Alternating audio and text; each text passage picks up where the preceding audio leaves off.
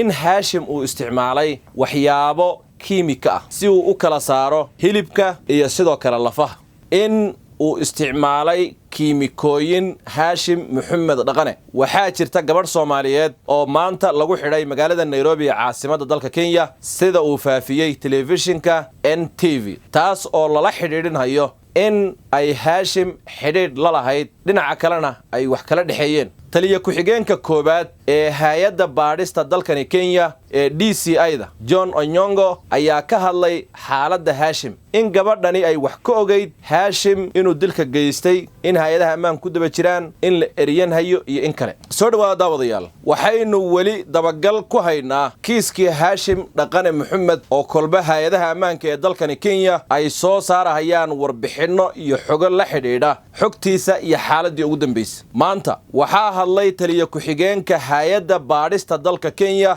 John Onyongo waxa uuna ka hadlay kiiska haashim iyo sidoo kale sidii uu ku soo galay dalkani Kenya iyo xogta la xidhiidha in uu xaaskiisii hore ku soo dilay dalka Ethiopia sidoo kale qof dumara oo arrintan haashim lala xidhiidhiyay ayaa maanta lagu xidhay magaalada Nairobi sida ay qoreen mid ka mid ah warbaahinta dalkani Kenya sidoo kale boolisku maanta waxay shaaciyeen qalab ay lahayd Deeqa Cabdinuur Qorane oo la aaminsan yahay in uu dilay haashim maxamed dhaqane waxayna soo bandhigeen qalabkaas iyo noocuya haddaba waa maxay qalabka la soo bandhigay sidoo kale mid ka mid ah warbaahinta dalkani Kenya ayaa qoraysa in xogo lagu kalsoonaan karo oo ay heleen ay muujinayaan in uu isticmaalay kiimikooyin haashim maxamed dhaqane arrintaasi maxaa laga yidhi soo dhawaada daawadayaal halkani waa Manrac TV aynu ku bilownay booliska ayaa wali ku jira baadhitaanka kiiskii haashim dhaqane maxamed ama Mahad Maxamed Sheekh Khaliif oo la tuhunsan yahay inuu dilay hooyo gabadheeda iyo gabadhay habaryar u tahay iyo sidoo kale gabadh kale oo Soomaaliyeed oo maalintii shalay ahayd boolisku ay shaaciyeen in ay ka mid tahay dadka uu haashim dilay dhinaca kalena xoga laga helay ehelkeeda ay muujinayaan in gabadhan iyo haashim uu ka dhaxeeyay xidhiidh dhinaca kalena dhowr jeer uu ka doontay qoyskeeda iyadoo weli ay taagan tahay su'aasha Deeqa miyay ogeyd haashim inuu dadkan laayay miyay sixranayd ilaa iyo haddana hay'adaha ammaanku maysan sheegin haddaba maanta booliska dalka ayaa faafiyay muuqaalkan aad arkaysaan oo ah dharkii boorsadii iyo sidoo kale taleefankii Deeqa ay isticmaalaysay oo ayagana boolisku ay soo heleen waxaa la sheegay in boorsada ay gabdhuhu garabka gashadaan dhar iyo sidoo kale taleefankeedii ay boolisku gacanta ku dhigeen sidoo kalena baadhitaano lagu hayo iyadoo dhinaca kale xogo horay u soo baxay ay sheegayeen in Deeqa markii uu dilay kadib uu haashim isticmaalahayay taleefankeeda sidoo kalena la helayay codad la sheegay in Deeqa ay u duubtay hooyadeed iyo sidoo kale cod kale oo la sheegay in qof dumar uu ka duubay helitaanka taleefanka Deeqa oo horeyba la isu weydiinayay maadaama uu haashim isticmaalahayay hadda waxaa la heli doonaa ciddii uu kula xidhiidhay iyo sidoo kale xidhiidhkii u dhaxeeyay Deeqa iyo haashim iyo nooc u ahaa iyo falka xilligu dhacayay iyo qaabku ugu yeedhay welise boolisku arrintaasi kama aysan hadal oo kaliya waxay soo bandhigeen qalabkan Deeqa ay lahayd sidoo kale inkastoo faahfaahin dheeraada laga bixinin waxaa jirta gabadh Soomaaliyeed oo maanta lagu xidhay magaalada Nairobi caasimadda dalka Kenya sida uu faafiyay telefishinka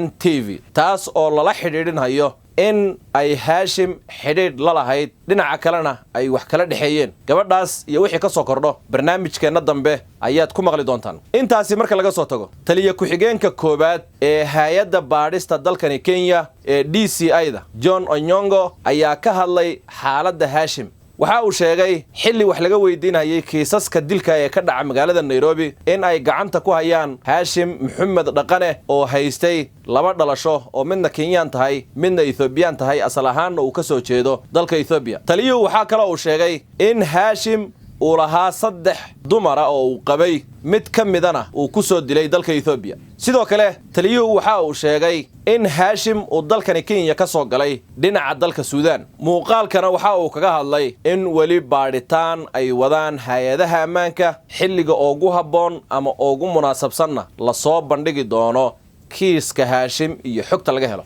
horey waxaan idinku soo gudbinay hay'adaha ammaanku ay u gudbiyeen in kiiska haashim wali lagu hayo baadhitaan iyo dabagal iyadoo baadhitaan lagu sameeynayo taleefanadiisii iyo cidda uu kala xidhiidhay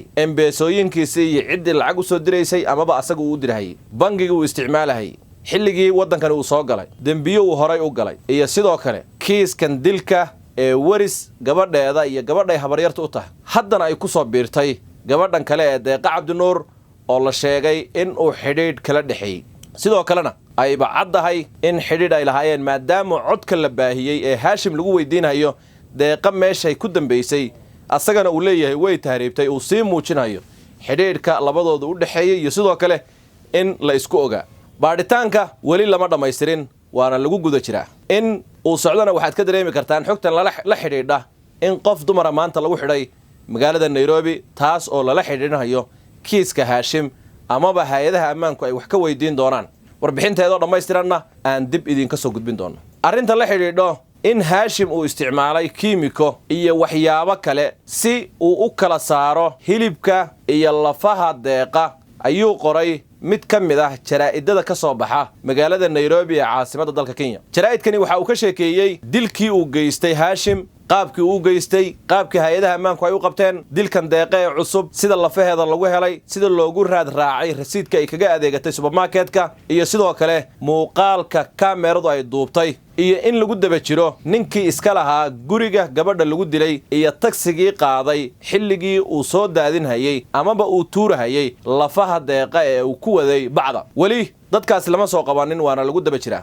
kolley markii la soo qabtana hay'adaha ammaanku ay sheegi doonaan sidoo kale website-kan waxa uu sheegay in waxyaabaha kale ee la helay ay ka mid yihiin in Haashim uu isticmaalay bahasha loo yaqaano baangada oo wax lagu qowraco geedaha lagu jaro siyaabo kala duwanna loo isticmaalo dadka gobolada kale Soomaalida ama Soomaaliya jooga hadaysan baangada aqooninna sawirkeedu waa kan sidoo kale waxay sheegeen in uu jiro tuhun la xidhiidha in Haashim uu isticmaalay waxyaabo kiimika ah si uu u kala saaro hilibka iyo sidoo kale lafaha laakiin faahfaahin dheeraada kama aysan bixinin kiimikadaas nooca ay tahay qaabku uu isticmaalay xilligu isticmaalay in la helay in aan la helin wixii ka soo kordhana annaguna halkan ayaan idinku soo gudbin doonaa ugu dambayn daawadayaal kiiska Haashim hadda waa uu ka ballaadhan yahay sidii hore waa uu ka baaxad weyn yahay saddexdii dumarka ahayd waxayna dumarku marayaan ilaa iyo 4 walina lama xaqiijinin in ay jiraan dad kale oo Haashim uu laayay iyo in kale iyo sababta dumarkani uu laayay iyo waxa ku qasbay oo waliba mid ka mid ah ay ahayd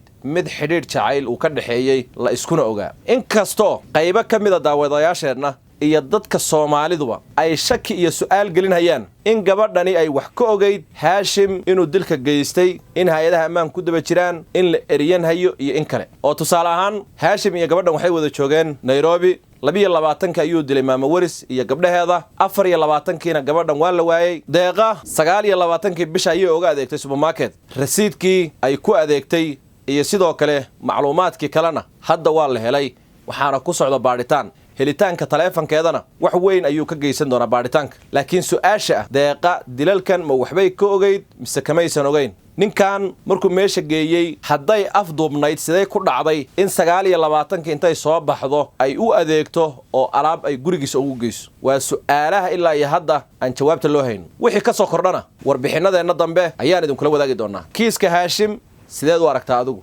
maxaa ka soo bixi karo muxuu kula muuqdaa fikirkaadii aragtidaada mar walba waa noo muhiim inaad nala wadaagto waad mahadsantiin daawadayaal